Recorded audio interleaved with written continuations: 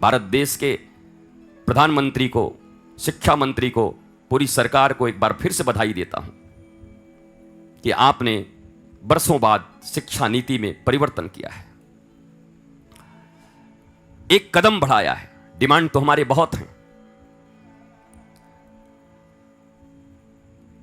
एक देश एक कानून, पहले तो यही तय हो जाए कि गीता पढ़ाना अपराध है, रामायण पढ़ाना अपराध है। कैसा देश है ये? अब नाम लेते हैं तो लोग फिर कहते हैं सांप्रदायिक आदमी है। तुम अपने स्कूलों में कुरान पढ़ा सकते हो, बाइबल पढ़ा सकते हो, पर गीता नहीं पढ़ा सकते, रामायण नहीं पढ़ा सकते। ये कोई बोल दे सांप्रदायिक, सेकुलर, सेकुलर ये नहीं है, ये फांसीवादी तत्व है, फांसीवादी। फांसीवादी नहीं, फांसीवादी हो। फांसीवादी? क्या बात का फांसीवादी? 100 करोड़ की जनसंख्या, सनातन राष्ट्र, रामायण और गीता हमारे खून में दौड़ती है, रगों में है, आधार है हमारे देश का।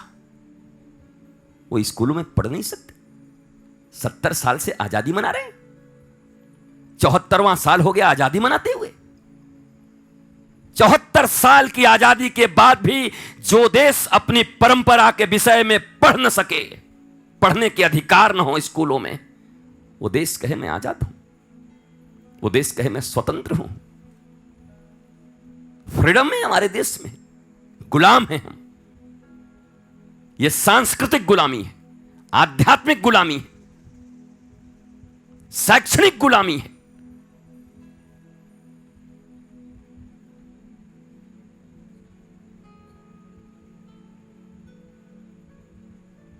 इसलिए स्वतंत्रता तो तभी संभव है जब देश में समान नागरिक संहिता कानून हो। समान नागरिक संहिता कानून का अर्थ जानते हैं? एक ऑटो चलाने वाले हमारे भाई या एक पान की दुकान चलाने वाले हमारा भाई देश का, कि सफाई करने वाले हमारे कर्मचारी भाई बहन, और चाहे देश के प्रधानमंत्री, चाहे इस देश के बड़े बड़े धनाढ्य लोग, पावरफुल लोग, सबके लिए कानून एक, संविधान एक।